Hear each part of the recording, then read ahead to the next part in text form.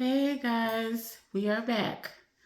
And we are going to look at lesson 3, Dance in the Old Testament. And we're going to talk about three words today, three Hebrew words, Shaval, Hol, and Chagag. All right, and you guys just bear with me because I am reading from my notes and the eyes are not great anymore.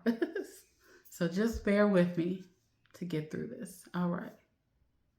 Dance in the Old Testament. The word dance is defined in the dictionary as movement rhythmically to music, typically following a set of sequence steps.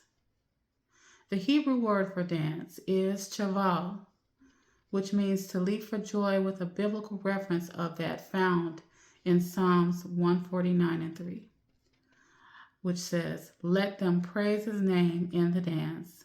Let them sing praises to his name with the timbrel and the harp." Dance is a biblically based art form, and there are many references to its use in the Old Testament. The Bible commands it also in Psalms 150 and gives many references to the use of dance as a form of joyous celebration and reverence. In the Hebrew tradition, dance functions as a form of prayer and praise, an expression of joy and reverence, and as a mediator between God and man. Dance was an intricate part of the celebrations of the ancient Israelites. It was used in worship in ordinary life and on occasion for triumphant victory. The sacred form of dance acts to bring the Israelites into a closer relationship with God.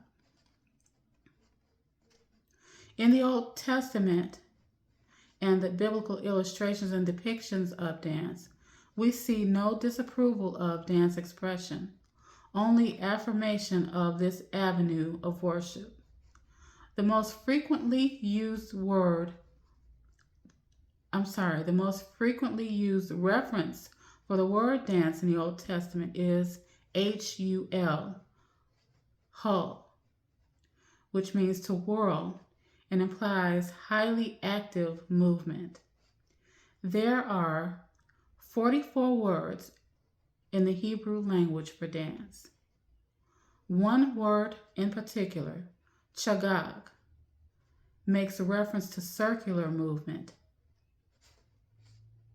as distinct from religious dancing used in Israelite society, which includes the circular or ring dance as well as the processional dance. These were often used to celebrate specific events. For example, when David and the people of Israel danced before the Ark of the Lord, which represented the presence of God. And this is found in 2 Samuel 6 and 14. Another type of dance included hopping and whirling movements, which were exuberant with joy at the defeat of Pharaoh's armies following the crossing of the Red Sea. When David slew Goliath, the women sang to one another and danced in 1 Samuel 29 and 5. And when Miriam, the prophetess, the sister of Aaron, took the timbrel in her hand, and all the women went out and danced in Exodus 15 and 20. She was instrumental in leading the children of Israel into battle. Miriam and a company of women went ahead of the army offering up praise. They did so with tambourines, and she was at the helm, and a group of women following her. She and that company of praisers brought the presence of God into the battle.